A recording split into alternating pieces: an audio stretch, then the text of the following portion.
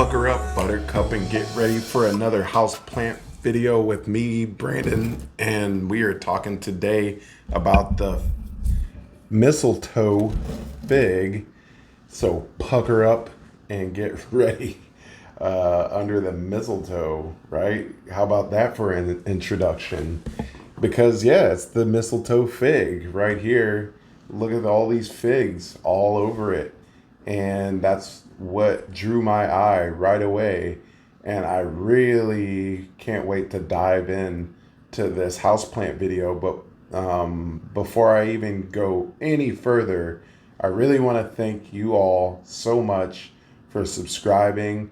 Hit a major milestone, 1,000 subscribers. That is a big deal to me, for just hanging in there with me through all the, trials and tribulations and me taking time off. Like, y'all are the true rock stars. And so I really can't thank you enough for really just like let me do what I do.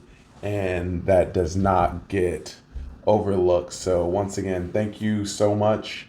And I really look forward to continuing to put out this content because I get super excited, especially when it comes to plants like these, man. I mean, look at it. I picked this up 2-3 days ago at the local plant nursery, the mistletoe fig. I mean, let's have it for this beauty. Had to get it. I mean, right away. It is so unique, such a eye-catching, but it's subtle, because it's subtle in that it's got these triangular shaped leaves. Like I'm gonna put out a video about the Ficus triangularis. I might even do that right after I do this, so hang tight. But this one is different because it puts out these fruit, but beware, they are not edible fruit. I looked it up, y'all. They are pretty toxic. I don't know how toxic. I'm not willing to try and find out for myself, but I do know that they will put a hurting on a cat or dog, and it's not a dog treat. So they're toxic. And now that I got that out of the way, I mean, check out these veining on the leaves. They got yellow on the undersides, and actually there's on each leaf like a little black speckle, like black speckles. So if you're wondering if those are any type of plant or a pest, they're not. That's just like a design feature by nature.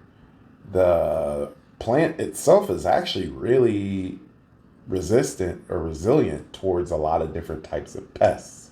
So that's also really a big perk. But the other, the triangular shaped leaves, it's got the veining, kind of, striations throughout the leaves, and they're really utilized a lot in bonsais. So this would be a perfect specimen to create a bonsai out of. So in the wild, this would be like a 28-foot tall plant or tree, matter of fact, but you're gonna expect for it to get about 3 feet. They're more of a rounded shape than like a tree shape, but they'll get all nice and round, so kind of keep this same energy going on, just on a larger scale, and get nice and round. And the care is pretty low maintenance. It's a slow grower, so I might have walked out a step by putting this in a ceramic glaze pot because you really want this to dry out in between watering. So I think I'm going to do a little experimenting.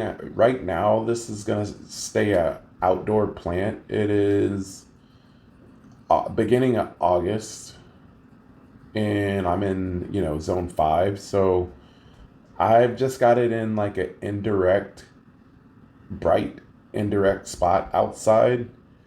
But would you know, this can tolerate low light. So you can do low light on this plant and it will work. You're just going to water it less. I wouldn't, because when my mind, in figs, it really quickly snaps to bright, indirect light most of the time, but this can take some of the lower light requirements. So, I mean, pretty cool perks that you get. It's a really low maintenance and versatile plant. It just really wants like an average humidity. So generally the humidity you have around your house, I would say as long as it's hovering somewhere around like 50%, plus or minus, you're in the safe zone.